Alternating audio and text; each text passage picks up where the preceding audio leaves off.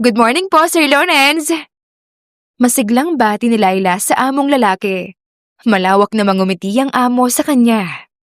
Ang dami mo namang energy, Laila. By the way, good morning too. Ay, syempre naman po. Paano tayo magkaka-customer niyan? Kung magbubusangot po tayo, di ba? Sabagay, tama ka dyan. Mabuti na lang at meron kaming staff ni Yasi na kagaya mo dito. Bukod sa maganda, mabait pa. Nahiya bigla si Laila sa papuring iyon, pero kahit na ganoon ay hindi niya ito pinahalata. Nako, ma'am. Mukhang close na close yang si Laila, tapos yung boyfriend mo po. Bulalas naman ni Colette kay Yasi na ngayon ay nakamasid sa gawin ng kanyang boyfriend at ni Laila. Kaya nga minsan napapaisip ako kung nagpapasipsip lang ba siya o iba na. Sagot ni Yasi nang may pagdududa. Hindi naman po sa nangingialam ha, pero parang iba na yung tinginan nung dalawa Tapos pinupuri pa siya ni Sir na hindi niya po ata ginagawa sa inyo. Ginagawa naman niya palagi. Yun po kapag kayong dalawa lang po, di ba? Ni minsan po kasi, hindi ko narinig, ma'am Pero baka wala naman po siyang gusto kay Laila. Sige po, trabaho na ako. Hindi maiwasang mapaisip ni Yasi sa sinabi ni Colette. Napairap ang babae at nilapitan ang boyfriend. Hi love. How do I look? Naputol ang sasabihin ni Yasi nang agad magsalita si Lawrence. Good thing you're here now, love. Tapos ko na ang lahat ng need mong gawin, kaya makakapagpahinga ka na. Alis na rin ako Bye-bye. Nagmamadaling turan ni Lawrence at hinalikan sa noo ang nobya bago umalis. Wala na itong nagawa nang makaalis na ang nobyo.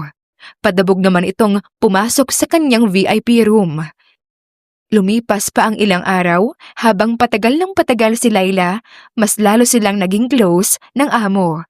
Dahil dyan ay mas lalong nagduda si Yasi. Dagdag pang sinusulsulan ito ni Colette. Ma'am Yasi, sobrang daming customer po. Need po namin ng tulong sa kusina. Bulalas ni Colette na halatang nagmamadali. Sige, I'll be right here in a minute. Kunin niyo yung mga order at ayusin niyo sa kusina. Tugon ni Yasi at sumunod. Busy ang lahat dahil linggo at maraming gumagala, kaya kahit si Lawrence ay tumutulong na rin. Ay ma'am, maulang galang na po. Anak niyo po ito? Tanong ni Laila sa isang ali at tinuro ang batang naglalaro sa gitna ng dinaraanan ng mga waitress. Hindi naman siya pinansin ng ginang. Baka pwede niyo po siyang pagsabihan na pumirmi muna kasi delikado po kapag dyan siya sa gitna. Dagdag ni Laila. Padabog namang tumayo ang ginang at agad na kinaladkad ang bata. Gusto mang pigilan iyon ni Laila ngunit tinawag na siya sa kusina. Serve this on table 4. Ingatan mo, masyadong mainit niyang sabaw. Pag-uutos ni Yasi kay Laila. Kapi po, ma'am. Maingat na naglakad si Laila, pero sa hindi inaasahan ay nakasalubong niya ang batang naglalaro kanina. Tumatakbo ito kaya naman nagkabanggaan sila at sinalo lahat ni Laila ang natapong sabaw. Dahil doon ay natuon ang tensyon ng lahat sa kanila. Nagmamadali namang kinuha ng ginang ang anak at mabilis na umalis sa restaurant. Sobrang pula ng kamay mo. Napasok ka talaga. Halika, upo ka muna. Uwi ka ni Lawrence at tinulungan ang babae. Diyos ko, Laila! Sabi ko namang ingatan mo! Ang tanga mo naman! Galit na turan ni Yasi. Sorry po, ma'am. Ibawas niyo na lang po sa sweldo ko. Abay, malamang! Alangan namang pa-thank you ko pa sa'yo to. Yasi, stop it. Di naman niya sinasadya. At talagang kakampihan mo pa siya? Alam mo bang mahal yang tinapon niya? I know, pero hindi sa kinakampihan ko siya. Tignan mo namang maraming nakatingin Huwag dito.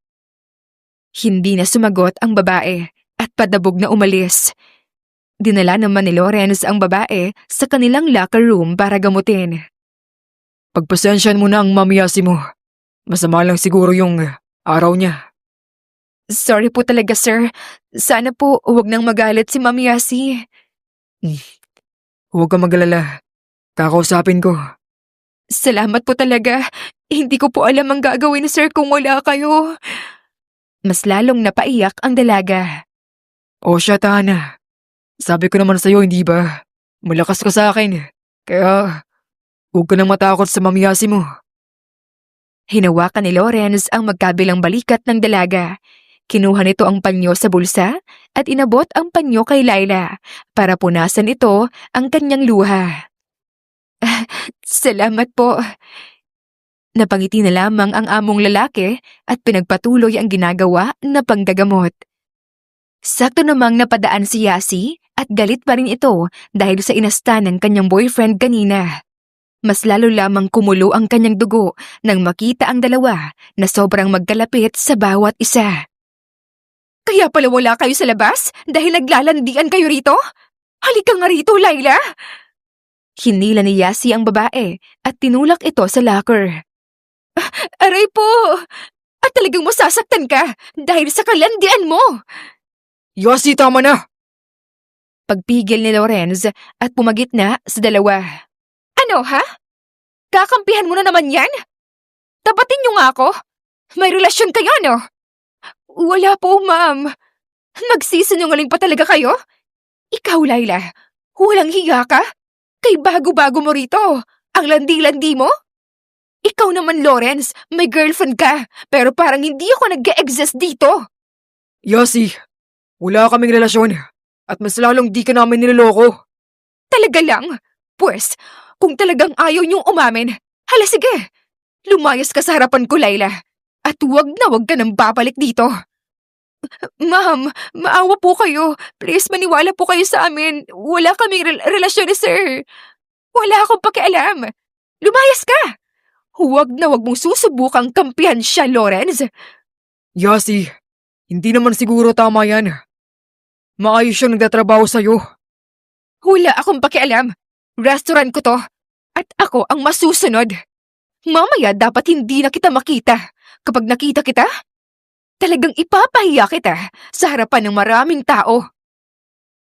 Pagbabanta ni Yasi at galit na galit itong lumabas. Laila, I'm sorry. Okay lang po, sir. Aalis na po ako. Umiiyak na inayos ni Laila ang gamit at lumabas ng restaurant. Nakokonsensya namang hinabol ni Lawrence ang babae. Sir, baka makita na naman tayo ni ma'am at mas lalo siyang magalit sa'yo. Huwag ka mag-alala, Laila. Ako nang bahala sa kanya. Ang isipin mo, saan ka ngayon? Napatulala si Laila dahil hindi niya alam kung saan siya ngayon pupulutin. Ngayon na mag-isa siya sa buhay at nawalan pa ng trabaho, napansin ni Lawrence iyong pagkatahimik ng dalaga kaya mas lalo itong naawa sa kanya. Alam mo, kasalanan ko to eh. Huwag ka mag-alala, Laila. Bibigyan kita ng trabaho. Nagliwanag ang mukha ng dalaga dahil sa pag-asang dala ng among lalaki. Talaga po? Kahit na ano, sir, hindi po ako mapili at kakayanin ko po. Ngumiti si Lawrence at tumango. Palihim na sumakay si Laila sa kotse ni Lawrence para maiwasang makita sila ni Yasi at pag-isipan na naman ng kung ano-ano. Bumiyahe ang dalawa hanggang sa makarating sila sa isang napakalaking bahay. Wow, ang ganda naman dito, sir. Ito na yata ang pinakamalaking bahay na nakita ko kumpara doon sa mga dinaanan natin. Manghang-manghang sabi ni Laila. Talaga ba? Halika sa loob. Mas maganda roon. Pumasok na ang dalawa at tama nga si Lawrence. Mas maganda sa loob at mas lalong naging sosyal ang dating nito. Kaninong bahay po ito, sir? Saka bakit tayo nandito? Tanong ng dalaga, ngunit hindi agad sumagot si Lawrence. Bagkus ay lumapit ito sa dalawang matanda na sumalubong sa kanila sa sala. Mama, Papa, namiss ko po kayo. Mahigpit na niyakap ni Lawrence ang dalawang matanda. Napangangan na lamang si Laila nang mapagdanto ang lahat dahil sa nakita ay nasagot na ang kanyang mga tanong. Namiss ka rin namin, anak. Mabuti at nakauwi ka na rin. Ang tagal na ng huling dalaw mo. Usal ng kanyang ina na si Lorena. Sorry po. Masyado talaga akong naging busy sa kumpanya. Pero, wag po kayo magalala. Kasi, alam ko na hindi na kayo malulungkot pa tuwing wala ako rito. Dahil, Huminto si Lawrence at tinawag si Laila. Laila, Po, yes sir. Agad na lumapit ang dalaga at nagmano sa dalawang matanda. oh, sino naman itong napakagandang dalaga na ito, Lawrence? Wala na ba kayo ni Yasi? Natuwa naman si Lawrence sa sinabi ng kanyang ama na si Renzo. Papa, kami ba po ni Yasi? Hindi ko po taglay ang kagwapuhan mo para daladalawahin ko yung babae sa buhay ko. Pagbibiro ni Lawrence. Nako, kahit sobrang pogi ko, ni hindi ko dinalawa ang mama mo, no? Ewan ko sa'yo, Papa. Ay, ito po pala si Laila. Kaibigan ko po. Hindi ba, Mama, nasabi mo sa akin na umalis na yung tagabantay niyo ni Papa? Ito po si Laila. Ipapalit ko po. Mabait po siya at maasahan kaya wala kayong po problemahin. Ha? Totoo po ba, sir? Oo, Laila. Hindi ba sabi ko naman sa'yo? Nabibigyan kita ng trabaho. Ito na yun. Kaso po, sir, baka... Huwag ka mag-alala. Akong bahala. Sobrang saya naman ng nararamdaman ni Laila dahil magkakaroon na uli siya ng trabaho. Ganoon ba? Salamat naman, anak. Kung ganoon, itong napakagandang dalaga pala ang tagabantay namin. Hindi talaga kami nito magsasawa sa kanya. O siya, maupo na muna tayo sa kusina. Nagpahanda ako dahil sabi mo sa akin, ay uuwi ka anak. Kumain na muna tayo tapos pag-uusapan natin ang magiging trabaho at sweldo mo rito, iha. Nako, maraming salamat po, Sir Renzo. At sa inyo din po, ma'am. Lalo na rin po sa inyo, Sir Lawrence. Tumango na lamang ang lalaki at tinungo na nga nila ang kusina. Habang kumakain ay pinag-usapan nga nila ang sahod ni Laila. Mas malaki ito kumpara sa sahod niya kay Yasi. Stay in rin siya kaya wala itong iisipin sa magiging tirahan niya. Malawak ang mansyon ni na Lawrence, ngunit ang trabaho lamang ni Laila ay bantayan ang mga magulang ng lalaki. May edad na rin kasi ang mga ito, kaya kailangan nila ng mag-aalalay sa kanila. Hindi naman pwedeng si Lawrence dahil nagtatrabaho ito para sa kanilang pangangailangan. Nang matapos ang lahat, ibinilin na rin ni Lawrence ang dalaga sa kanyang mga magulang. And where the hell have you been? Buong araw kang hindi pumunta sa restaurant. Wala ka bang balak suyuin ako? Galit na wika ni Yasi nang makapasok ang boyfriend sa kanilang kondo. Huminga ng malalim si Lawrence. Love, pagod ako, please. Pwede bang bukas na tayo mag-usap? Mahinahong pagkakasabi ng lalaki. Ngunit hindi pa rin naaalis ang inis ng dalaga. Ha! Ipagpapabukas mo yung tampo ko? Ano bang nangyayari sa'yo, Lawrence? Dahil ba to doon si Laila, ha? Alam mo, dudang-duda na ako sa'yo eh. May gusto ka ba sa kanya, ha? Yasi naman, magpahinga na lang tayo. May gusto ka ba sa kanya? Wala, okay? Pwede bang itigil mo na yung kakaisip na yan na nambababae ako? Alam mo, simula dati ganyan ka na. Hindi ka pa rin nagbabago. Ilang assurance pa ba ang kailangan kong ibigay sa'yo para tumigil ka na sa ganyang mindset mo? Naiinis ngunit pinili pa rin ng lalaki na maging mahinahon sa lagay na iyon. Padabog na nagtungo si Yasi sa cabinet nila. Kinuha nito ang maleta at nag-impake ng gamit. Nilapitan siya ni Lawrence para pigilan pero hindi ito nagpatinag. Alam mo, wala rin namang pupuntahan ang relasyon na to eh. Kaya bahala ka na sa buhay mo. Yasi, alam kong pagod ka lang. Halika na, magpahinga na tayo. No! Ito ang tatandaan mo, Lawrence. I can live without you.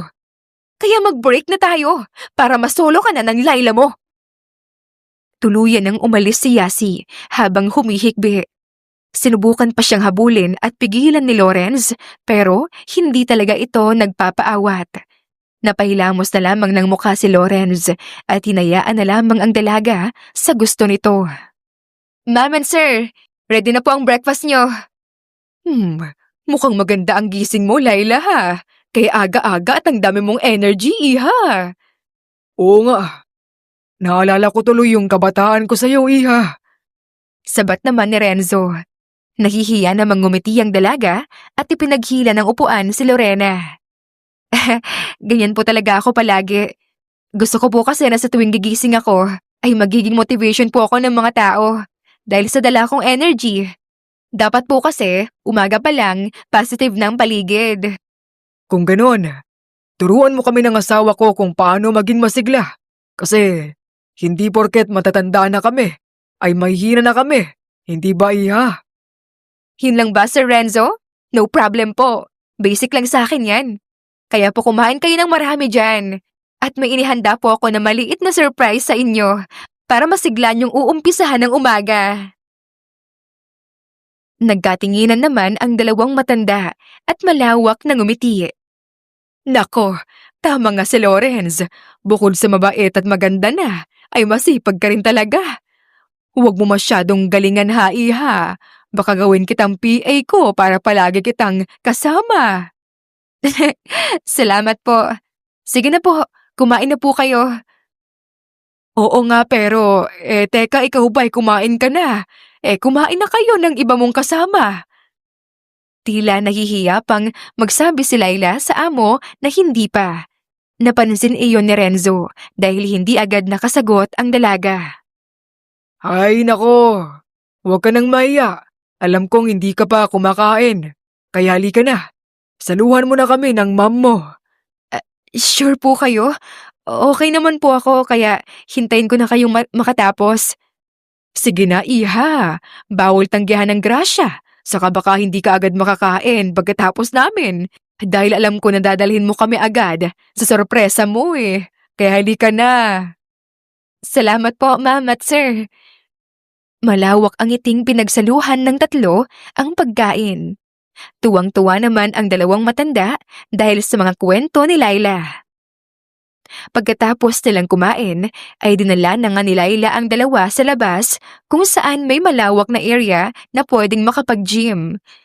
Maganda ang parteng iyon dahil sa gilid ay may swimming pool kung saan may activities ring na inihanda si Laila para sa mag-asawa. Taran!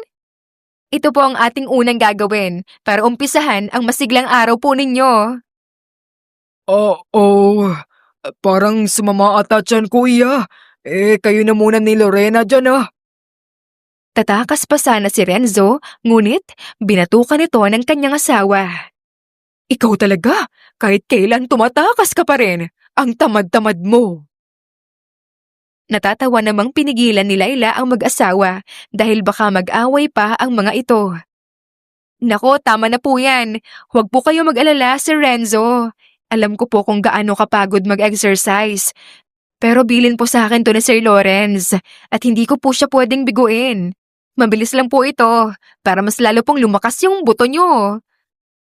Sumang-ayon naman si Lorena sa dalaga at nauna nang inihanda ang sarili para sa kanilang gagawin.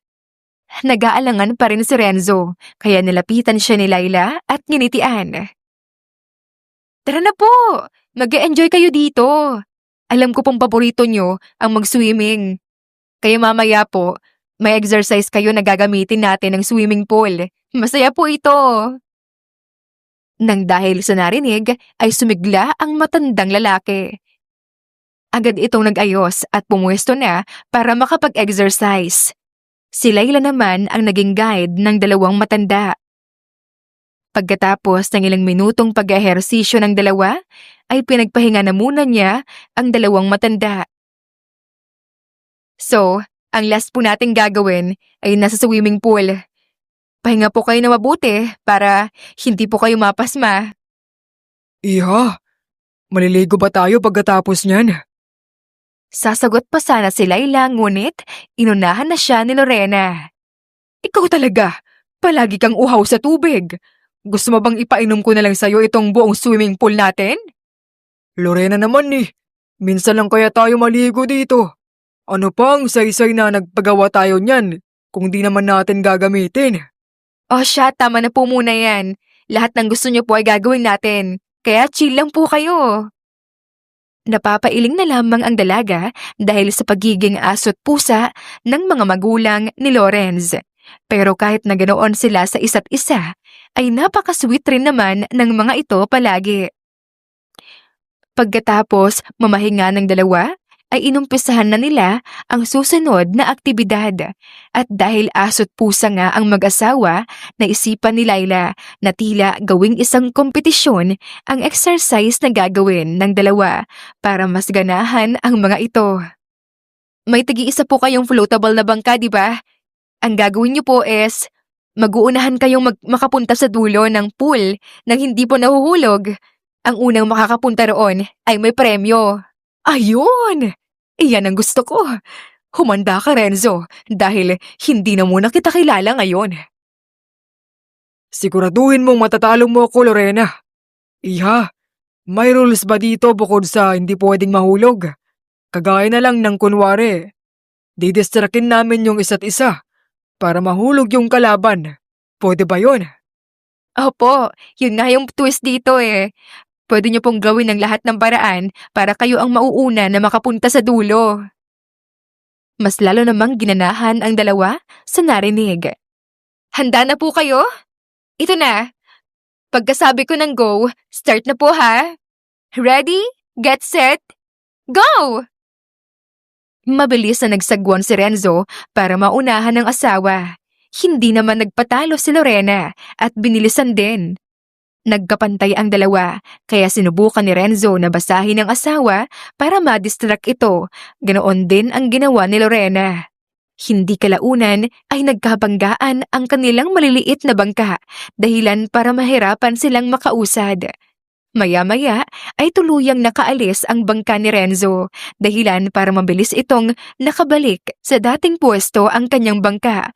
Magsasagwan na sana ito pero agad namang kinuha ni Lorena ang sagwan niya. Babay! Ako naman nanalo! Uy, Lorena! Sigaw ni Renzo nang makausad ang bangka ng asawa at dahil ayaw nitong matalo ay hinawakan nito ang dulo ng bangka ni Lorena dahilan para mabigatan ang babae. Doon ay pareho silang na-stuck sa gitna ng pool. Tawang-tawa naman si Laila dahil ayaw talaga ng mga ito na magpatalo. Sa kabilang banda, nakamasid pala si Lorenz sa ginagawa ng tatlo. Natutuwa rin siya sa ginagawa ng kanyang mga magulang. Mas lalong lumawak ang ngiti ng lalaki nang masilayan niya ang masayang-masayang si Laila. Paano po yan? Wala tayong winner ngayon, kaya wala pong premyo ha, okay? Napakamot na lamang ng ulo ang mag-asawa dahil wala sa kanila ang nanalo dahil pareho silang tumaob sa kani-kanilang mga bangka, dala ng sobrang pagkikilos. Okay lang yan. Maligo na lang tayo. Sabat ni Renzo at lumapit sa asawa. Niyakap niya ito. Akala naman ni Lorena ay titigil na ang asawa sa kalokohan, pero bigla na lamang siyang sinabuyan ni Renzo ng tubig.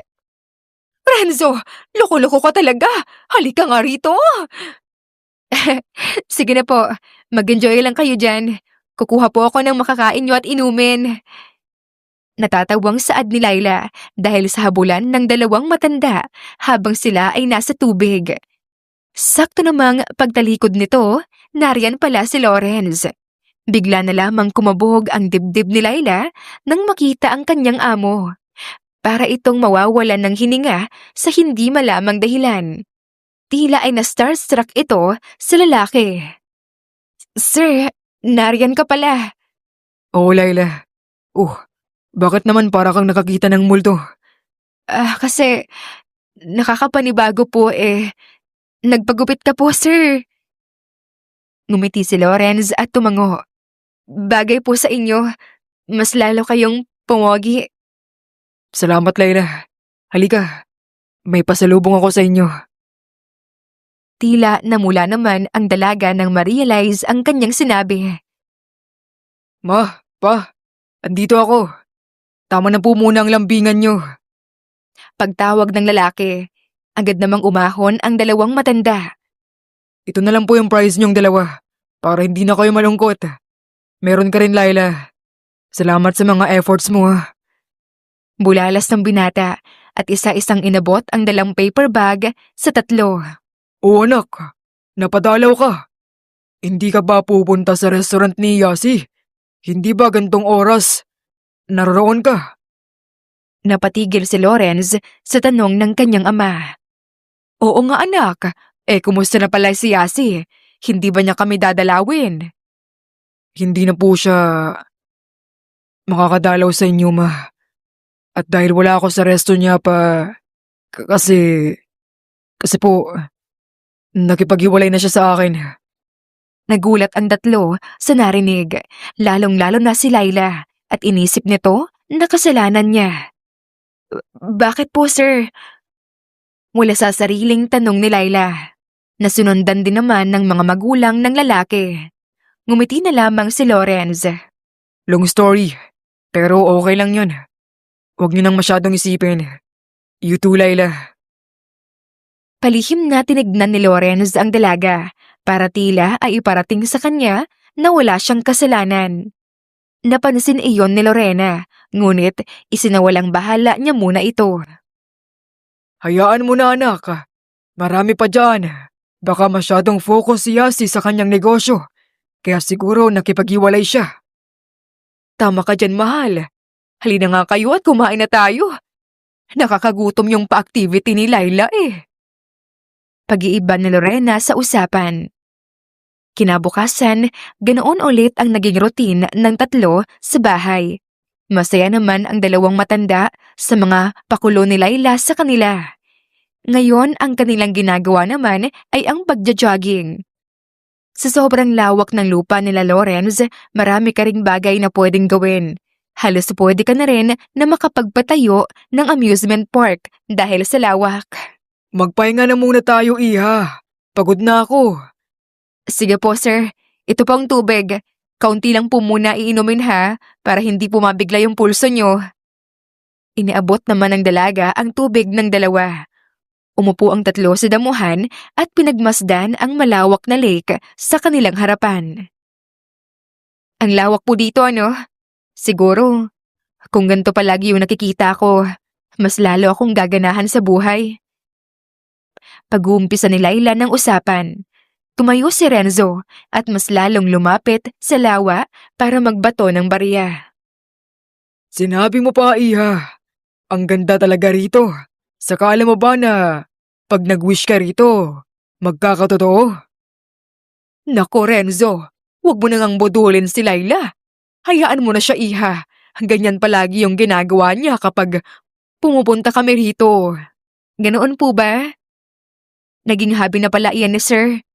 Paano niya po nasabi na nagkakatotoo yung wish dyan? Napatingin sa malayo si Lorena at ngumiti. Hiniling kasi namin si Lawrence dyan, kaya nang maibigay sa amin, palagi na siyang nagbabato ng barya dyan. Wow, ang galing naman po pala. Ang swerte po ni sir sa inyo, no? Tapos, ganoon din po kayo sa kanya. Tumango si Lorena at nilingon ang babae. Pero, iha, may gusto sana akong itanong. Ano po iyon? Kasi iha, kilala ko ang anak ko.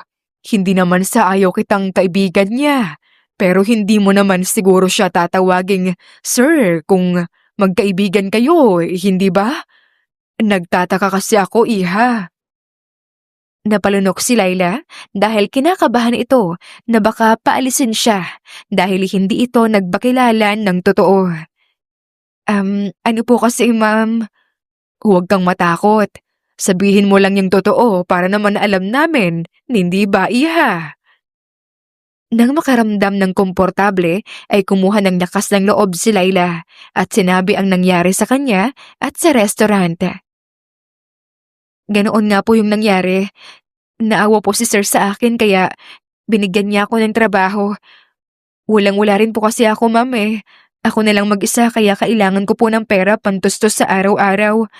Pasensya na po. Sa totoo nga po, Naawa rin po ako kay Sir dahil baka ako ang dahilan ng paghihiwalay nila ni Mami Yasi. No, iha. Ang problema sa relasyon nila, matagal na akong duda sa babaeng iyon. Kaya, huwag mong sisihin ang sarili mo. Mangyayari iyon kahit wala ka sa buhay nila.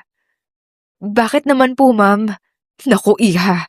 Kung alam mo lang, ranas ko rin yung naranasan mo dati. Mabuti na lang at hindi ako nagsumbong dahil alam ko naman na hindi siya tatagalan ng anak ko. Isa pa, naawa ako sa sir mo dahil palagi yung umiiyak noon dahil sa kanya. Ganoon po ba? Ay, teka po, napasarap yung usapan natin. Hindi pa pala tayo tapos sa jogging natin. Naku, iha, mas mabuting umuwi na lang tayo. Tignan mo si Renzo. Napalingon ng dalaga sa ama ni Lorenz. Mahimbing na itong natutulog habang nakaupo at nakasandal sa ilalim ng puno. Sabay na napahagikgik ang dalawa at napagpasyahang umuwi na lamang sila. Sir Lorenz? Diyos ko po, ano pong nangyari sa inyo? Gulat na bulalas ni Laila nang pagbukas niya ng gate ay bumungad si Lorenz na sobrang pulang-pula dahil sa kalasingan. Agad namang inalalayan ng dalaga ang amo. Ano po bang nangyari sa inyo? Halip po kayo rito. Dito na lang po tayo sa garden muna. Pinaupo ni Laila ang amo sa maliit na bench sa mini garden ng bahay. Hindi na muna ipinasok ng dalaga ang amo dahil baka magising ang mga magulang ng lalaki. Walang imik na nakatulala si Lorenz at tila ay hindi na napapansin ang dalaga. Kumuha na lamang si Laila ng bimpo at tubig. Pinunasan nito ang amo at pinainom din ng tubig para umayos ang pakiramdam ng lalaki. Salamat, Laila. Yun, nagsalita rin. Kinabahan naman po ako sa inyo, sir. Akala ko po napipi na kayo. Mahinang natawa ang amo sa kanyang narinig. Pasensya ka na. Kung naabala ko pa ang pagpapahinga mo. Sus, ano ka ba, sir? Wala iyon. Bakit nga po pala kayo nandito? Bakit, Laila? Hindi ba ako pwedeng umuwi sa bahay ko? I mean po, ngayon lang po kasi kayo umuwi ng gabi dahil po may kondo kayo, di ba? Kaya nagtataka lang po ako. Siyempre naman po, welcome na welcome kayo sa bahay nyo. Napakamot na lamang ng ulo si Laila dahil tinawanan siya ng lalaki. Nalulungkot kasi ako, Laila. Kaya nandito ako. Biglang nawala ang mga ngiti sa labi ni Lorenz at napayuko ito. Kaya rin po ba kayo umiinom? Tumango ang binata. Napabuga na lamang ng hangin si Laila at dinamayan ang amo. Namimiss niyo po si Mami Yasi, ano? Sorry po ha, kung hindi po siguro ako bida-bida noon, hindi kayo mag-aaway. Sunod-sunod namang napailing si Lorenz. No, hindi mo kasalanan yun, Laila. Sabihin naman nating nagselos siya noon sa iyo. Ganoon talaga si Yasi dati pa. Ayaw na ayaw niyang mabait ako sa iba. Lalo na kapag babae. Kulang na nga lang noon pati si mama. Layuan ko. Pero alam mo, ginawa ko naman ang lahat para mabigyan siya ng assurance. Kaso, ito ang nangyari. Nalulungkot lang ako kasi alam ko namang nagpapasuyo lang siya. Kaya hindi niya nabanggit ang salitang hiwalay. O bakit naman po kayo nalulungkot? Hindi naman po pala totoo yung pagkikipaghiwalay niya sa inyo. Napabuga ng malalim na hininga si Lorenz. Nalulungkot ako sa isipin. Napagod na ako sa ganong setup. Na ayoko nang suyuin siya. Kasi kung iisipin, siguro kung sinuyo ko na siya ngayon, baka nagsiselos na ulit siya sa iba. Paulit-ulit na lang yung nangyayari. Paulit-ulit na lang yung ganoon, Laila. Pero, there's still a part of me na ayoko ring bumitaw. Ayaw niyo po pero kailangan na? At yun ang kinakasakit ng damdamin niyo? Hindi nakasagot si Lorenz. Ngumiti si Laila at tumingin sa malayo. Alam niyo, sir, may isishare po ako sa inyo. Sinabi ito ng papa ko sa akin bago sila sabay na mawala ni mama. Ano yun? Tungkol po ito sa pagmamahal. Pero bago po yan, matanong po kita, ano po ang definition nyo ng love? Saglit na napaisip si Lawrence bago sumagot. Para sa akin, love is sacrifice. Lahat siguro kaya mong gawin para sa love. Kahit sarili mo, pababayaan mo na. May paglaban mo lang yung pagmamahal. That's how I define love. Bakit? Ah, correct ka po dyan. Lahat po tayo, may iba't ibang definition nito. At base po iyon sa pagkatao natin. Pero alam niyo po ba na mas marami pang nakapagpatunay na love is pain? Love is pain? Yes po. Ibig sabihin, kapag po nagmahal ka, may kalakip po itong sakit. At marami na po ang nakapagpatunay niyan. Isa ka na po doon. Kaya ka po nasasaktan ngayon sa ideya na pagod na kayo kay Mami Yasi dahil mahal na mahal niyo po siya. Ganyan po talaga ang love. Pero kahit na ganoon po, hindi yun sapat para i-sacrifice yung sarili niyo para mapanatili siya. Kasi alam niyo po kung bakit? Dahil habang minamahal mo siya, patuloy ka ring madudurog. At kapag tuluyan ka pong wasak, pwede pong mawala ang love at magiging pain po ito panghabang buhay. At may chance po na hindi nyo nakakayanin pang magmahal ulit kung puro pain na lang yung nariyan sa puso nyo. Ay hindi ko po sinasabing sumuko kayo. Pero kung totoong mahal nyo po si Mami Yasi, harapin po nyo yung sakit para po ang dating love is pain ay maging love is love. Hindi po pwedeng sacrifice ng sacrifice lang. Dugtong ni Laila at saka tumayo na. Ayun lang po sir, sana po nadamayan ko kayo. Pasok na po tayo? Saglit bang natulala si Lawrence sa narinig, pero hindi kalaunan ay tumayo rin ito at malawak na ngumiti. Salamat. Tama ka. Iba pa rin talaga kung love is love. Tila may narealize si Lawrence. Sabay silang pumasok ng bahay at kanya-kanya ng punta sa kanilang kwarto. Para namang nagkaroon ng malinaw na sagot ang utak ni Lawrence dahil sa mga sinabi sa kanya ni Laila. Hindi niya inakalang si Laila muli ang makapagbibigay ng solusyon sa kanya. Napaisip-isip ng binata. Totoong masakit magmahal, pero part lang iyon ng proseso para makamtan ninyo ang konseptong love is love. Pero hindi ito mangyayari kung mag-isa ka lang na nagmamahal. Kailangan pagmahal mo, dapat mahal ka rin. It's always ikaw at siya, laban sa pain. Hindi yung ikaw laban sa kanya. Anak, nandito ka pala. Gulat na tawag ni Lorena sa anak na kabababa lang. Hi ma, morning.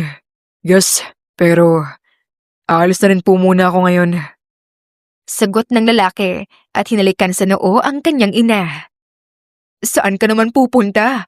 Akala ko tuwing umaga free ka. Oo nga anak. Kain ka muna, sabayan mo kami. Mamaya na lang po ako kakain. Pupunta po ako sa restaurant ni Yasi ngayon. Nakangiti bang sabi niya. Nagkatitigan ang kanyang mga magulang. Nagkabalikan na naman kayo ano? Hindi na sumagot si Lawrence sa kanyang ina at nagpaalam na ito. Walang nagawa ang mag-asawa kundi umupo at hayaan ang kanilang anak. Ngunit hindi nila alam na iba pala ang pakay ni Lawrence kaya niya pupuntahan si Yasi. Hey love, sabi niya nga hindi mo ako matitiis. But why it took you so long? Masiglang bungad ni Yasi sa lalaki. Nakangiti pa ito na parabang walang nangyari na hiwalayan sa kanila. Tama ang hula ni Lawrence, na ulit na naman. Mapait na ngumiti si Lawrence at dahan-dahang inalis ang kamay ni Yasi na nakayakap sa kanya. Oh, bakit love? What's your problem? Ayaw mo ba ako i-hug? Yasi, hindi ako nandito para makipagbati.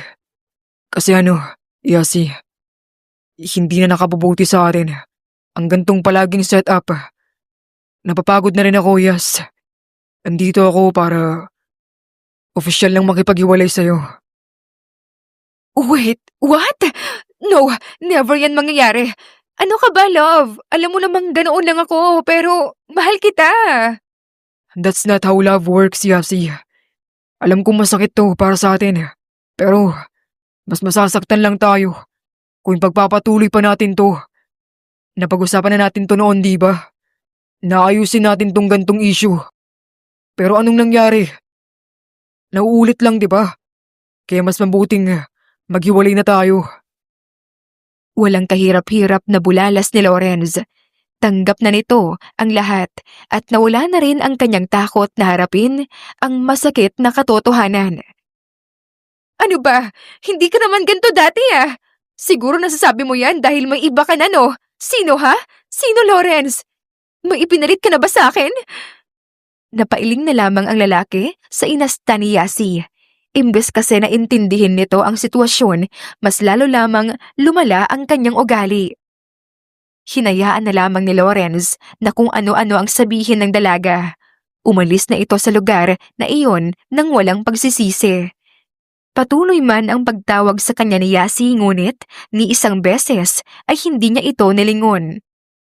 Ngayon ay malawak ang ngiti at payapa ang isipan na tinatahak ni Lorenz ang daan patungo sa lugar kung nasaan naroroon ang taong nagpa-realize sa kanya kung ano ang pagmamahal. Ma, pa, may dala akong foods dito. Tara, sabay na tayo mag-lunch. Hindi makapaniwalang nakatingin lang sina Layla kay Lorenz na naghahanda ng pagkain na dala sa lamesa. Nako, pambawi mo lang to eh. Kasi kanina, inuna mo na naman yung girlfriend mo. Nagtatampong wika ni Lorena. Lumapit naman si Lorenz sa ina at niyakap ito. Jesus, si mama naman, nagtatampo ka agad. Huwag ka po mag-alala dahil palagi niyo na po ako makakasama simula ngayon. Anong ibig mong sabihin, anak? Kasi pa, nakipaghiwalay na po ako sa kanya. Ako po mismo kaya totoong hiwalayan na yon. Kaya tara na po, kumain na tayo. Hindi na nakapagsalita ang dalawang matanda dahil sa kanilang narinig. Kaya naman, kumain na ang mga ito na hindi pa rin naalis ang gulat sa mga mukha. Nagkatinginan naman sina Layla at Lorenz. Ngumiti ang lalaki at inaya na rin kumain ang dalaga. Masaya naman nilang pinagsaluhan ang masasarap na pagkain. Layla, Pagtawag ni Lorenz kay Layla na abala sa pagdidilig ng mga halaman. Ano po yun, sir? May kailangan po kayo? wala naman. Gusto ko lang magpasalamat. Salamat kasi kung di dahil sa'yo, marahil baka hanggang ngayon, hindi pa rin ako nagigising. Hindi mo alam kung gaano ako kasaya ngayon nang mabitawan ko na si Yasi. Matamis na ngumiti ang dalaga at tinapik ang amo. Sus, maliit na tulong lang po yon. Saka ikaw naman po ang nagdesisyon kaya po masaya ka ngayon at hindi ko naman po kontrolado ang buhay nyo. Kaya mas magpasalamat po kayo sa inyong sarili. Kahit kailan talaga, ang bait mo. Sana maging magkaibigan tayo. Hindi ako nagsisisi na sa'yo ko binilin yung mga magulang ko. Kaya salamat pa rin. Naku, walang tigil na pasasalamat na naman yan, sir. Pag talaga lumaki yung ulo ko. Hindi, biro lang. Oo naman, sir. Kaibigan mo na ako dati pa. Kaya nandito lang po ako para makinig sa drama mo sa buhay. Kamot ulo namang nahiya si Lorenz. Grabe naman sa drama.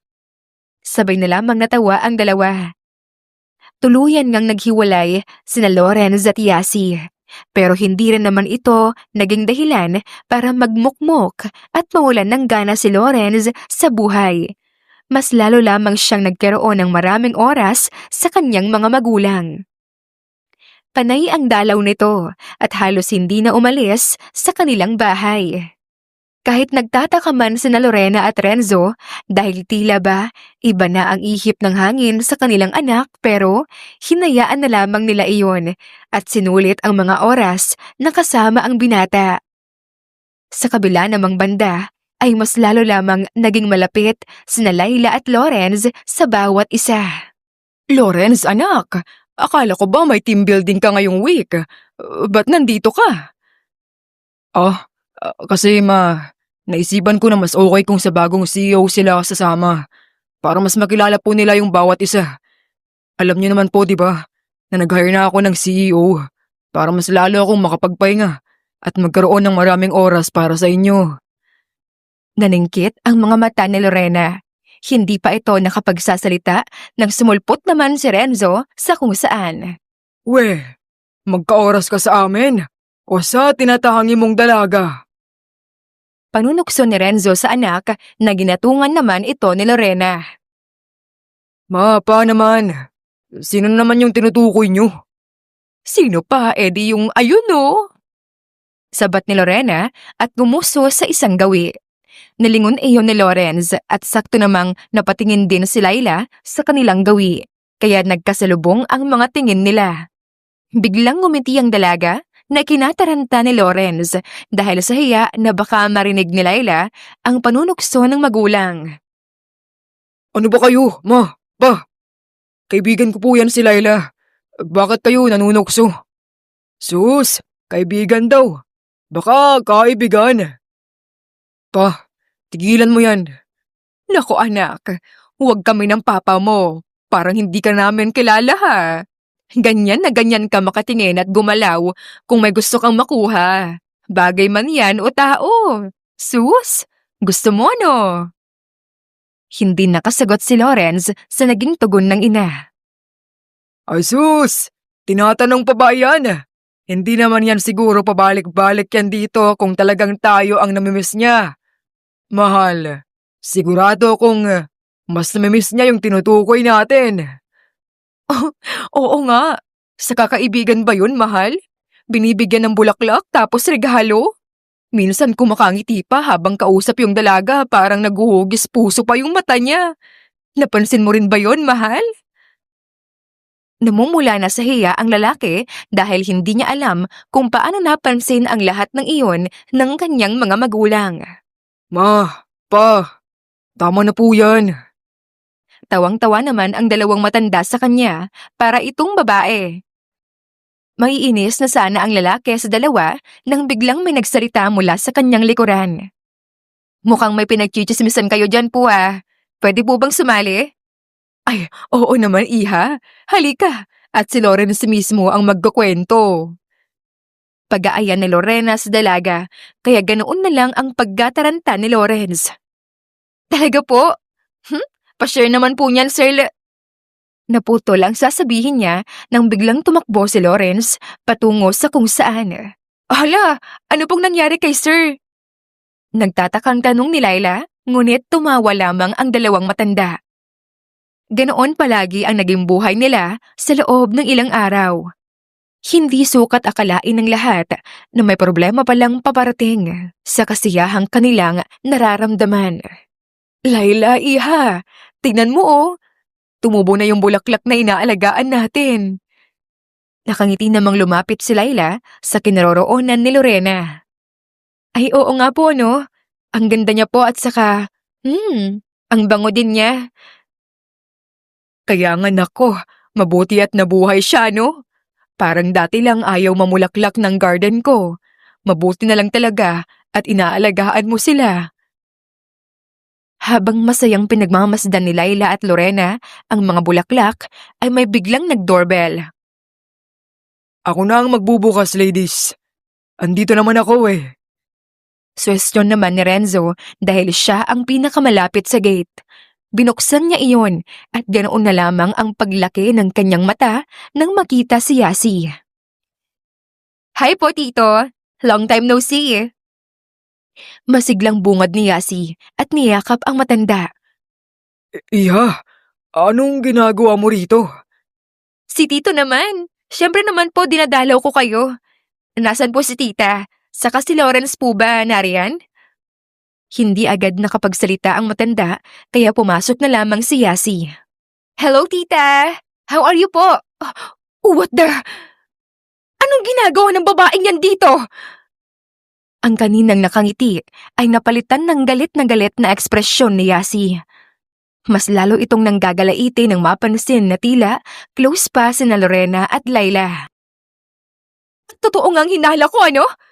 May pinalit nga sa akin si Lawrence. Bulalas ng dalaga at agad na sinugod si Laila.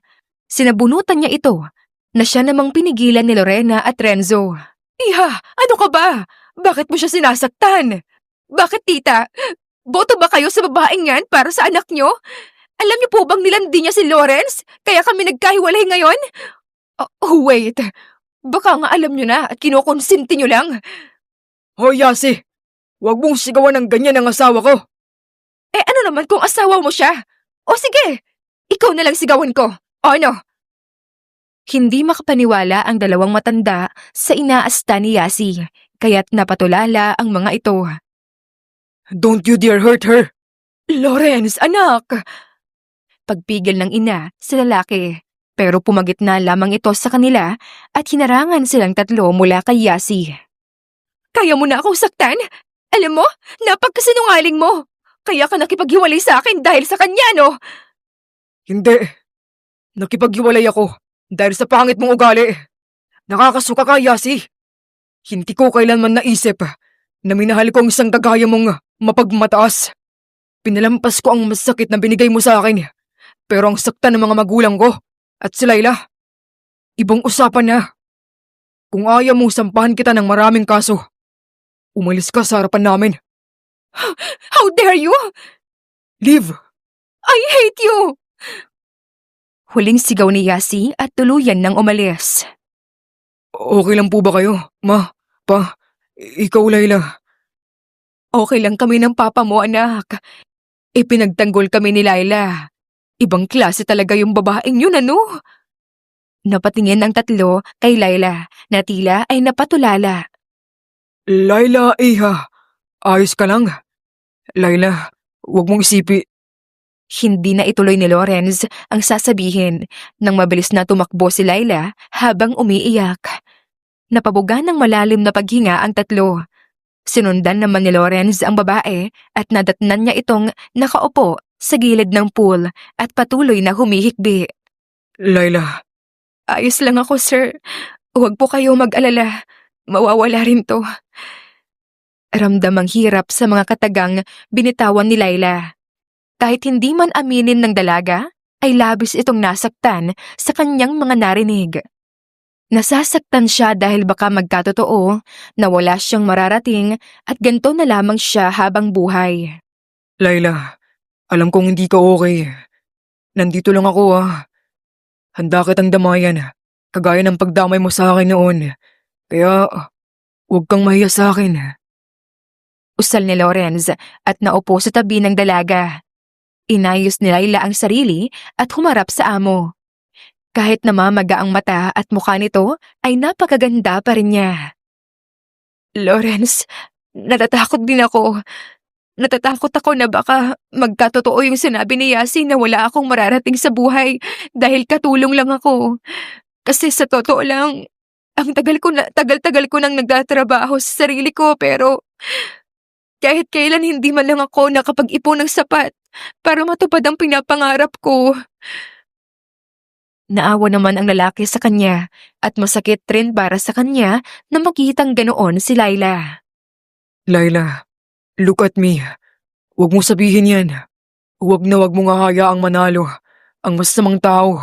Sa kagaya mong may napakabuting puso. Ipakita mo sa kanila na mali sila, okay? Huwag kang matakot. Dahil nandito lang ako. Kami. Ako na handang tumulong sa'yo. Lawrence, hindi naman kasi habang buhay umaasa ako sa tulong mo eh. Ang dami mo nang naitulong pero nananatili pa rin ako sa kaligayang ganito. Baka talaga... No. Don't say that, Laila. No. Ikaw ang pinaka-positive na tao na nakilala ko sa buong buhay ko. Alam ko na hindi ikaw to. At kinakain ka lang ng takot, Laila. Makinig ka. Hindi ako magsasawang tulungan ka. Kailanman, hindi ko yun sisingilin.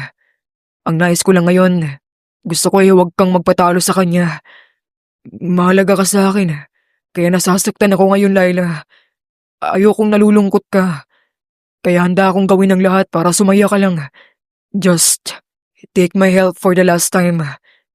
Hayaan mong tulungan ulit kita na makabangon. And this time make sure you will win na. Sinserong wika ni Lawrence. Napatitig ang dalaga sa amo. Ni minsan ay hindi niya nakitang naging ganito ang lalaki. Parang may pagmamahal ang kanyang titig habang sinasambit ang mga salitang iyon kay Laila. Dahilan para manlambot ang puso ng babae. Lawrence, bakit mo ginagawa to? Dahil gusto kita. Gusto kita, Layla. Pero hindi ko muna ipipilit ang sarili ko sa'yo ngayon. Dahil alam ko na iniisip mo pa rin si Yasi. Ngunit sana sa next time ay mapagtanto mo na hindi ka naging pain sa love na meron ako noon. At sigurado akong nahanap ko na ang love is love na sinasabi mo. At ikaw yun. Hindi mapigilang mapangiti ni Laila dahil sa kakornihan ng lalaki at mahina pa itong natawa. Ang corny mo. Alam ko, pero napatawa kita, Layla. Let me, please. Hinawakan ni Lawrence ang mga kamay ng dalaga at pinakita itong porsigido siyang tulungan ng lalaki. Sige, pero ang tanging tulong na tatanggapin ko, Lawrence, ay ang hanapan mo ako ng company na pwedeng mag-recruit sa akin kapag handa na ako. Gusto kong matuto pang magluto, kung paano magluto, at maging isang ganap na chef. Iyon ang pangarap ko, Lawrence, at tutuparin ko yun gamit ang pinagsikapan kong pagod. Ako ang bahala doon. Madali lang yan sa akin pero may kondisyon ako. Sige po, walang problema kahit ano. Sana huwag mo nang palitan ulit ng sir, ang Lawrence. Mas gusto kong yun na lang yung tawag mo sa akin. Ito yung unang pagkakataon na tinawag mo ako ng ganun. Tumango na lamang ang dalaga. Habang nag-uusap ng masinsinan sina Laila, ay siya namang paglawak ng mga ngiti ng magulang ni Lawrence. Masaya silang nakamasid habang kinikilig sa dalawang bata na animo ay naalala lamang nila ang kanilang kabataan. Kagaya nga ng sinabi ni Lawrence, ay tinulungan niyang makahanap ng kumpanya si Laila para magkaroon ito ng maraming experience sa pagluluto. Para itong mag-aaral ng culinary arts. Ang kaibahan nga lang ay matututo si Laila sa isang restaurant at kasama ang mga magagaling na chef. Bago ito magawa, nag-ipon na muna si Laila ng sapat na pera para sa gagastusin niya sa kanyang pangarap. Handa naman sanang tumulong sila Lawrence para mapabilis, ngunit tinanggihan iyon ng babae. Paano ba yan? Magtatagal pa bago ka namin makita ulit? Sus naman, si Ma'am Lorena talaga. Huwag niyo na nga po akong paiyakin. Ayst, talagang mamimiss ka namin, iha. Kaya dapat sa pagbabalik mo, chef ka na. Opo naman, Sir Renzo. Para po sa akin to at sa inyo po na nagtitiwala sa kakayahan ko. Nakakalungkot man pero mas pinili nila na maging masaya dahil para din naman iyon kay Laila. Kaya naman mahigpit na niyakap ng dalawa si Laila na para bang ito ay kanilang anak. Sige na, tama na ang moment sa amin. Mag-iingat ka doon ha. Si Lawrence na lang ang maghahatid sa iyo at para naman magka-moment muna kayo. Naku si Ma'am talaga. Ayan pa pala. Dapat sa pagbabalik mo, mama at papa na rin ang tawag mo sa amin. Hindi na lamang sumagot si Laila dahil baka mas humaba pa ang kanilang usapan. Tuluyan nang pumasok ang dalaga sa kotse at nilisan ang lugar na naging parte ng masasaya niyang alaala. Buong biyahe ay hindi nagsasalita si Lawrence pero hinayaan lamang iyon ni Laila dahil tila ay napakalalim ng iniisip ng binata. Pagkarating sa airport, hindi na muna lumabas si Laila ng kotse at hinarap ang binata na hindi pa rin aalis ang tingin sa manibela. Hoy, aalis na ako pero hindi mo pa ako pinapansin. Hindi sumagot si Lawrence, bagkus ay napahilamos ito ng muka. Bakit ko pa kasi napili yung kumpanya sa ibang bansa? Ayst, baka naman kasi wala sa Pilipinas ng ganun. Bulong ng lalaki na ikinatawa ni Laila. Ano ka ba? Hindi ka pa rin makamove on dahil sa ibang bansa lang talaga available yung company? Sabi ko naman sa'yo, okay lang eh. Sa akin hindi. Sagot ng binata at umangat ng tingin pero sa harap lang ang tingin. Sa akin ka nga tumingin. Kanina mo pa ako hindi pinapansin eh. Malapit ng flight ko oh. Ayoko tumingin. Ha? Ewan ko sa'yo. Ayaw mo ata ako makita ngayon eh. Akala ko ba gusto mo ako? Gusto nga kita. Kaya hindi ko kayang tumingin sa'yo ngayon dahil aalis ka. Ay, ganoon ba yun? Teka, umiiyak ka ba? Natawa naman si Laila nang mapansing umiiyak ang lalaki. Natatawa man ay inabot nito ang mukha ng lalaki at pinatingin sa kanya. Malawak na ngumiti si Laila. Hintayin mo ako. Sa pagbabalik ko, pangako, hindi na ako aalis pa sa tabi mo. Pangako yan. Oo naman, basta huwag ka nang malungkot dyan. Huminga ng malalim ang lalaki at hinawakan ng kamay ni Laila na nakahawak sa kanyang muka.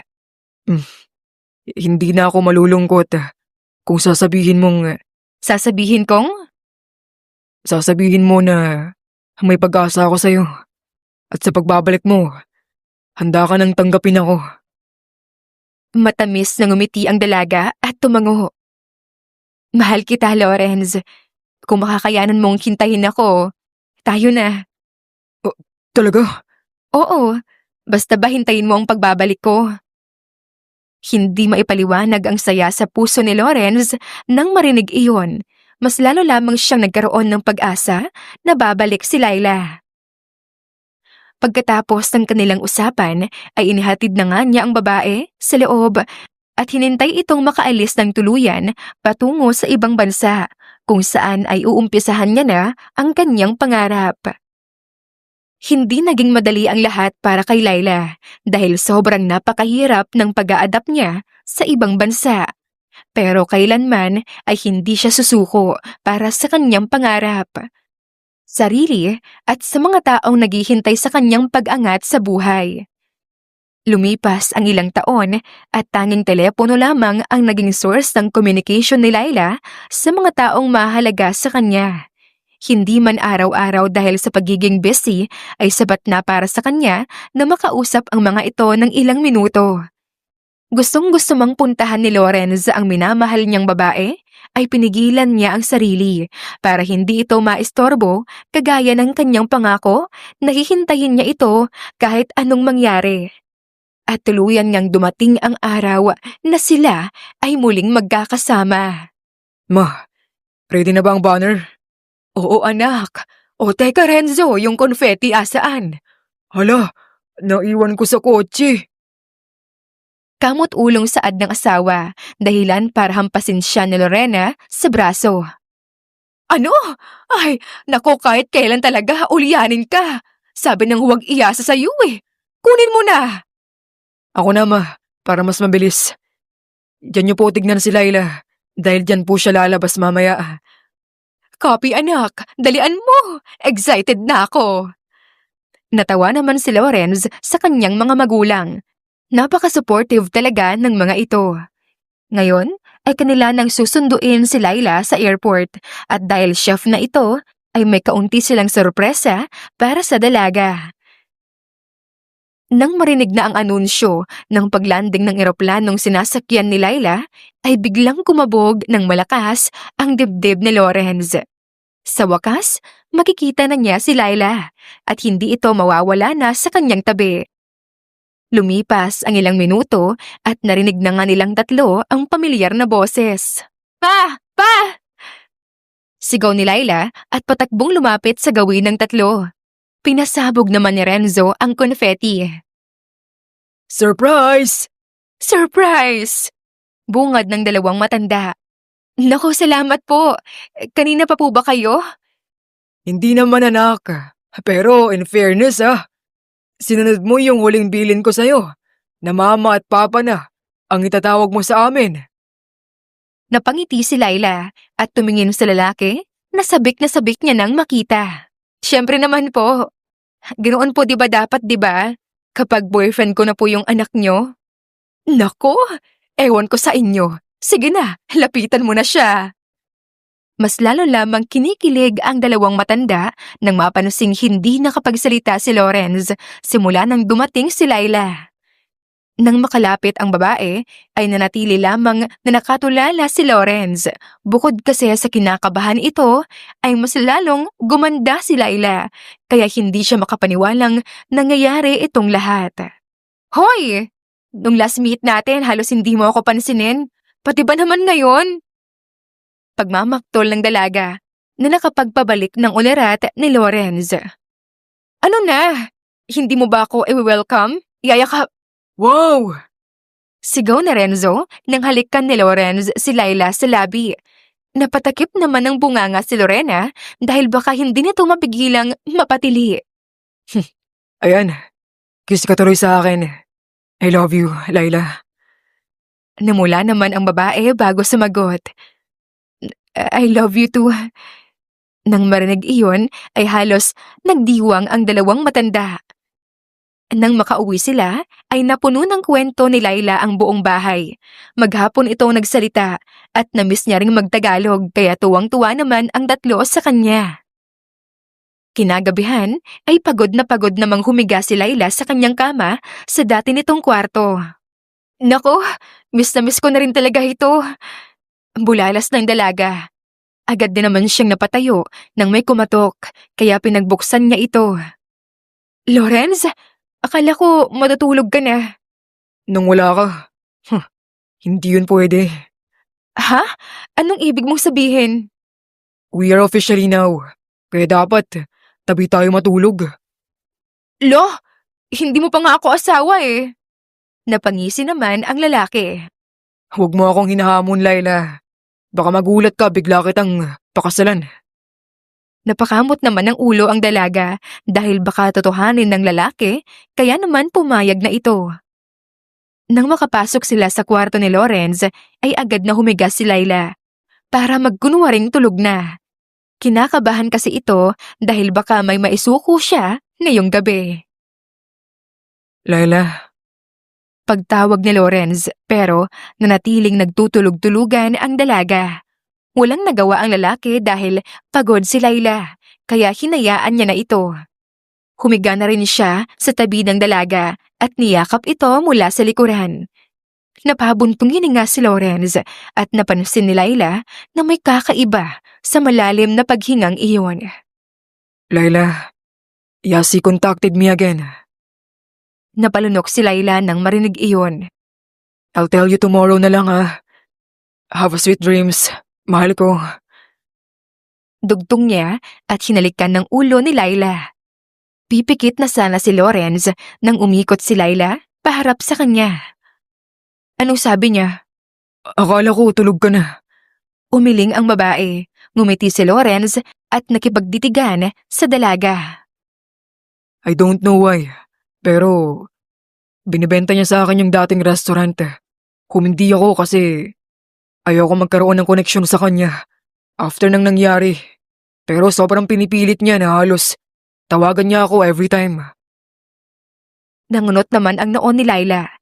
Kahit na may tampo siya rito, ay nakaramdam pa rin ng kaunting pag-aalala ang dalaga.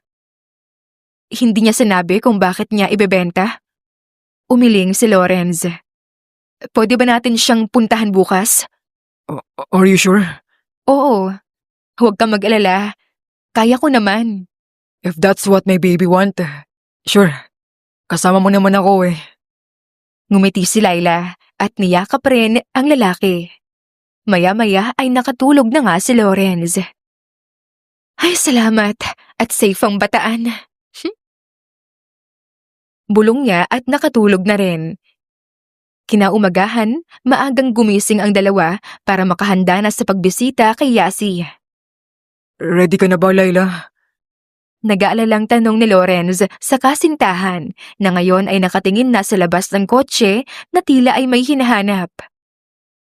Nariyan ba siya sa loob? Oh, sinabihan ko siyang pupunta ako ngayon. Kaya baka naghahanda na yun ng makakain sa loob. Kaya pala. O sige na, tara na. Akmang bubuksan na ni Laila ang pintuan nang hawakan ni Lawrence ang braso nito. Sabihin mo sa akin, if she's making you uncomfortable, ha? Alis agad tayo. Nako, overprotective naman ng boyfriend ko. Sus, huwag ka mag-alala, kaya ko. Tumango ang binata at sabay na nga silang lumabas ng kotse. Grabe, ang laki na ng pinagbago ng restaurant. Bakit parang naging luma na? Tapos, kulang na sa gamit? Yan ang hindi ko alam. Sigurado ako na baka nalugi ito, kaya binebenta niya. Magsasalita pa sana si Laila nang may taong lumabas mula sa restaurant. Gulat namang napatingin si Yasi kay Laila. Tila ay hindi niya ito inaasahang makitang muli. Kayong dalawa pala. Oo. Sinama ko na siya, Yasi. Pwede naman siguro. Malamig niyang turan. Saglit pang nakatulala si Yasi bago niya inaya ang dalawa sa loob. Nang makapasok ay agad napansin ni Laila na ang lahat ng gamit sa loob ay wala na. Upo muna kayo at magkape. Nag-breakfast na ba kayo? No, it's okay. Wala rin naman kaming balak magtagal. Let's talk about the restaurant. Bibilihin mo na ba, Lorenz? No, hindi ako ang bibili. Sinabi ko na sa'yo yan. Napatikom ng bibig si Yasi at nahihiya itong yumuko. Yasi, ako kasi ang bibili ng restaurant mo eh. Nagbabalak kasi ako na magnegosyo at perfectong pwesto mo. Sabat ni Laila na kinaangat ng tingin ni Yasi. Sigurado ka, Laila? Oo naman, pero before ko bilihin, gusto ko sanang malaman kung bakit naggaganito yung resto. Alam mo na, para malaman ko ang problema at maiwasan namin. Muling napayuko si Yasi at mahinang sumagot. Walang problema kung dito ka magnenegosyo. Pumili ka lang ng maayos na staff. Natigilan ang magkasintahan dahil akala nila ay binabalik ni Yasi ang nakaraan. Yasi, kung hindi ka makamove on, aalis na kami. No, Lorenz. Hindi yung dati ang ibig kong sabihin. Pinagsisihan ko na yon at hindi ko na ulit pababalikan. Tama ang sinasabi ko. Advice ko yan sa inyo. Ano ba kasi talagang nangyari dito? Lorenz, kalma. Yasi, pwede mo bang sabihin sa amin kung ano talaga ang nangyari? You remember, Colette? Nangunot ang noon ni Laila at tumango. She is the reason kung bakit binibenta ko na to. I thought mabait siyang staff at tapat sa akin. Turns out, na lumalapit lang pala siya dahil meron siyang masamang balak. Tinangay niya ang lahat ng pera ko. Kaya nagkandaletse-letse ang lahat. Nagkautang pa ako ng malaki dahil sa gusto kong ibangon ito, pero talagang wala na. Hindi naman ako matulungan ng parents ko dahil ayaw na ayaw nila ang ideya kong mag-restaurant. Dahil gusto nila ako na maging doktor. Kaya wala akong maisip na paraan. Kaya kung hindi nyo bibilihin, okay lang din naman. Mangyak-ngiyak na kwento ng babae. Naawa naman si Laila at nilapitan ang dating amo. Salamat sa advice mo. Na-appreciate ko yun at i-apply ko yun sa negosyo ko. Bibilhin ko na to, Yasi. Para wala ka nang poproblemahin pa. Hindi makapaniwalang napatingin si Yasi sa kanya. Sigurado ka ba dyan? Alam mo, Laila, lulunukin ko na ang pride ko at maniniwala sa'yo. Huwag mo lang akong lokohin, ha? Kung sa tingin mo niloloko lang kita ngayon para makaganti, pues nagkakamali ka, Yasi. Matagal na kitang napatawad at kinalimutan ko na yung nakaraan natin. Kaya sana kalimutan mo na rin. At patawarin mo ako sa mga bagay na nagawa ko rin sa'yo. Ang tanging intensyon ko ngayon ay ang matulungan ka. Bakit ba ang bait-bait mo? Dahil yun ang yaman na meron ako, Yasi. Yaman na kailanman hindi makukuha sa akin. Kaya halika na at ayusin na natin ang mga papeles ng restaurant at bibilihin ko na. Dahil sa tuwa at ginahawang nararamdaman ni Yasi, hindi na to napigilang yakapin ang dalaga. I'm sorry. Ang saya-saya ko kasi hindi mo lang alam kung paano mo napagaan ang pakiramdam ko ngayon, Laila. Thank you. Thank you so much. And I'm very, very sorry sa mga nasabi ko sa'yo dati, ha? Hindi ko sinasadya yun. Frustrated lang talaga ako dahil hindi ko matanggap na wala na sa akin si Lawrence. Kaya I'm sorry. Wika ni Yasi at kitang-kita rito ang senseridad at punong-puno ng pagsisisi ang mukha niya. Naiiyak na rin si Laila dahil sa labis na tuwa. Hindi niya naisip na magkakaroon sila ng closure ng dating amo. Mahigpit na niyakap ni Laila ang babae upang iparating dito na ayos na ang lahat at makakahinga na ito ng maluwag. Binili nga ni Laila ang dating restaurant ng kanyang amo, pinaganda at binilhan niya ito ng napakaraming gamit para sa kanyang pagsisimula. Nox naman, bagay na bagay sa'yo yung suot mo ngayon mahal. Mas lalo kang gumanda. Papuri ni Lawrence sa kanyang nobya nang makalabas ito ng VIP room sa restaurant. Naku, bolero ka kamo. Hindi totoo yung sinasabi ko. Tignan mo nga yung sarili mo. Kahit nakapang chef attire ka, halatang halata na ikaw yung owner dahil sa kagandahan mo. Tumigil ka nga. Halika na nga at magbubukas na tayo. Sige ka, kapag tayo nawala ng customer, hindi na kita papansinin. Umakto namang takot na takot si Lawrence at niyakap ang babae. Inirapan naman ito ni Laila. Kunwari ay hindi nito gusto, pero sa totoo lang ay kinikilig siya sa pagiging sweet sa kanya ni Lawrence. Tama na nga to, mamaya na. Trabaho naman muna tayo ngayon. Kumalas ang lalaki at hinalikan sa noo ang nobya. Okay po madam, masusunod. Natawa na lamang sila at sabay nang lumabas. Naging abala kaagad ang magkasintahan dahil sa maraming tao ang dumayo sa bagong bukas na restaurant. Tuwang-tuwa naman si Laila habang niluluto at malawak ang ngiting sinaserve sa tao ang kanyang masasarap na putahe. Marami ang nasarapan at malugod namang tinanggap ni Laila ang lahat ng papuri sa kanya. Nang humupa na ang mga gawain, sabay na pinagmasdan ni Laila at Lawrence ang napakaraming tao. Grabe Lawrence, hindi ko ni minsan naisip na ganito karami ang magmamahal sa luto ko. Narinig mo ba kanina yung mga feedbacks nila? Tapos yung mga itsura nila, tignan mo kung gaano sila nasarapan.